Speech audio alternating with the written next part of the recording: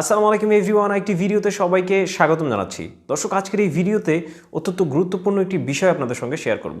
বিদেশগামী যারা রয়েছেন, পাসপোর্টে যে সমস্ত ভুলের কারণে আপনারা ভিসা পাবেন না, সেই সমস্ত গুরুত্বপূর্ণ বিষয় নিয়ে কথা বলবো। আশা করছি পুরো ভিডিওটা কন্টিনিউ করবেন। পাসপোর্টের বেস যে ইনফরমেশনগুলো, যেমন ধরুন নিজের নাম, তারপরে আপনার পিতার নাম, মাতার নাম, তারপরে আপনার জন্ম তারিখ, এই যে চারটি গুরুত্বপূর্ণ বিষয়।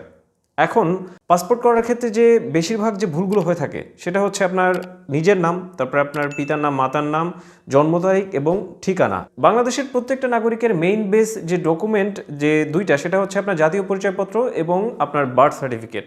এখন আপনি যদি পাসপোর্ট করতে যান, সেই ক্ষেত্রে আপনার বার্থ সার্টিফিকেট এবং আপনার জাতীয় পরিচয়পত্র এই দুইটা কিন্তু লাগবে।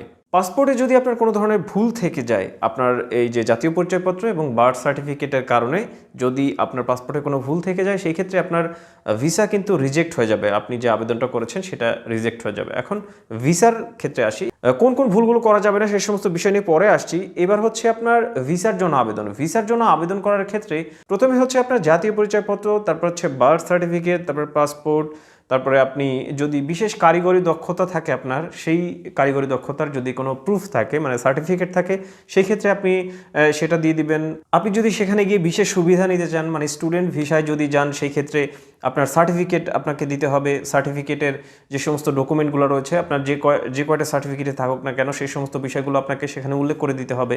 এখন সবার ক্ষেত্রেই তো আর এটা প্রযোজ্য না। যেমন ধরুন কেউ যদি আপনার অন্য ভিসায় যায়, যেমন আমাদের বাংলাদেশের শ্রমজীবী মানুষেরা যারা বিদেশে যাচ্ছে, মধ্যপ্রাচ্যের দেশগুলোতে এবং বিভিন্ন দেশগুলোতে যাচ্ছে, তাদের তো বেশ অনেক সময় দেখা যায় তাদের কোনো ডকুমেন্ট নাই। অনেক সময় দেখা যায় কি তারা অল্প শিক্ষিত অথবা এসএসসিও পাশ করেনি, এমন মানুষ রয়েছে। সেক্ষেত্রে সার্টিফিকেটের যে ব্যাপারটা, এটা মেইন বেস যে ডকুমেন্ট যে দুইটা, সেইটা দিয়েই তারা কিন্তু বিদেশে যাচ্ছে। এখন আবেদন করার ক্ষেত্রে অত্যন্ত গুরুত্বপূর্ণ আরেকটি বিষয় হচ্ছে, যদি এমনটা হয় যে অ্যাপ্লিকেন্ট যে অ্যাপ্লিকেশনটা করছে সে হয়তো তার বয়স এখনও 18-র উপরে হয়নি, সেই ক্ষেত্রে তার পিতামাতা হয়তো অ্যাপ্লিকেশনটা করবে।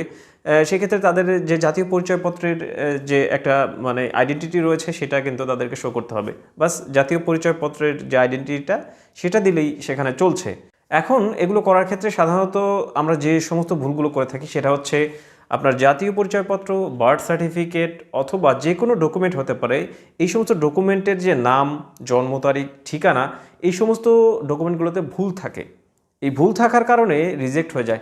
এখন এই যে সমস্ত মিস্টেকগুলো রয়েছে, স্পেলিং মিস্টেক হতে পারে। সাধারণত যে সমস্ত ভুলগুলোর কারণে এই যে অ্যাপ্লিকেশনটা আপনি করেছেন, এগুলো আসলে রিজেক্ট হয়ে যায়। যেমন ধরুন আপনার জাতীয় পরিচয়পত্রে আপনার যে নামটা রয়েছে, আপনার বার্থ সার্টিফিকেটে একটু আলাদা। হয়তো শুরুতে মোহাম্মদ নেই আপনার বার্থ সার্টিফিকেটে, কিন্তু আপনার জাতীয় পরিচয়পত্রে মোহাম্মদ আছে।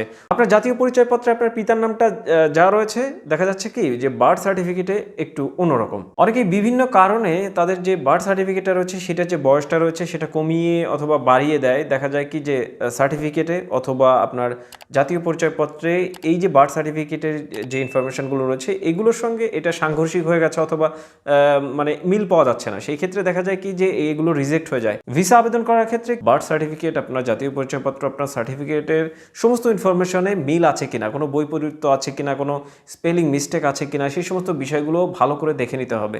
কোনো একটাতে কোনো ধরনের কোনো যদি ভুল থেকে যায়, তাহলে কিন্তু সেটা রিজেক্ট হয়ে যাবে। আপনাকে যেটি করতে হবে সেটা হচ্ছে এগুলোকে রিএডিট করতে হবে, মানে সংশোধন করে নিয়ে আসবেন, তারপরে হচ্ছে এটার জন্য অ্যাপ্লিকেশনটা করবেন। আরও যে দুটি গুরুত্বপূর্ণ বিষয়, সেটা হচ্ছে আপনার এমডি এবং মোহাম্মদ। এই যেই দুইটা জিনিস রয়েছে, নামের শুরুতে আমরা ব্যবহার করে থাকি। আপনার সার্টিফিকেট, আপনার জাতীয় পরিচয়পত্র, আপনার পাসপোর্ট, আপনার সমস্ত যে সমস্ত ডকুমেন্ট রয়েছে, প্রত্যেকটিতে আপনার যদি এমডি থাকে, সবগুলোতেই আপনার নামের শুরুতে এমডি থাকবে। আপনার পিতার নামের শুরুতে যদি এমডি থাকে, তাহলে সবগুলোতে এমডি থাকতে হবে। মানে যেই জায়গায় যে সমস্ত ডকুমেন্টগুলো দরকার, প্রত্যেকটির সাথে প্রত্যেকটি যদি মিল থাকে, তাহলে পাওয়ার সম্ভাবনা 99%। কিন্তু যদি কোনোভাবে কোনো কিছু মিস্টেক ধরা পড়ে যায়, তাহলে কিন্তু আপনার এটা সমস্যা হয়ে যাবে। সব কিছুকে ডিজিটালাইজ করা হচ্ছে, আগের যুগটা কিন্তু এখন আর নেই। এখন সমস্ত কিছু ডিটেক্ট করার মতো ক্ষমতা কিন্তু আমাদের বাংলাদেশের যে সমস্ত গুরুত্বপূর্ণ পদে যারা রয়েছেন, যারা ইমিগ্রেশন এবং সমস্ত পদে যারা রয়েছেন, সব কিছু ডিটেক্ট করার ক্ষমতা তাদের আছে।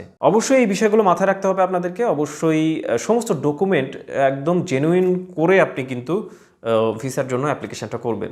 এমডি এবং মোহাম্মদ এটা দুই ধরনের নাম ঘোষণা দিয়েছেন ইমিগ্রেশন এবং পাসপোর্ট অধিদপ্তরের মহাপরিচালক মোহাম্মদ আয়ুব চৌধুরী। যারা বিদেশগামী রয়েছেন অবশ্যই ভিডিওটা তাদের জন্য হেল্পফুল হবে আশা করছি। তো যে বিষয়গুলো বললাম ভিডিওর মধ্যে, যে সমস্ত মিস্টেক্সের কথাগুলো বললাম, এগুলো অবশ্যই আপনি বারবার দেখবেন, আপনার সমস্ত কাগজপত্র বারবার চোখ বোলাবেন এবং সব কিছু ভালো করে দেখে নিয়ে তারপরে আবেদনটা করবেন। আশা করছি ভিডিওটি ভালো লেগেছে।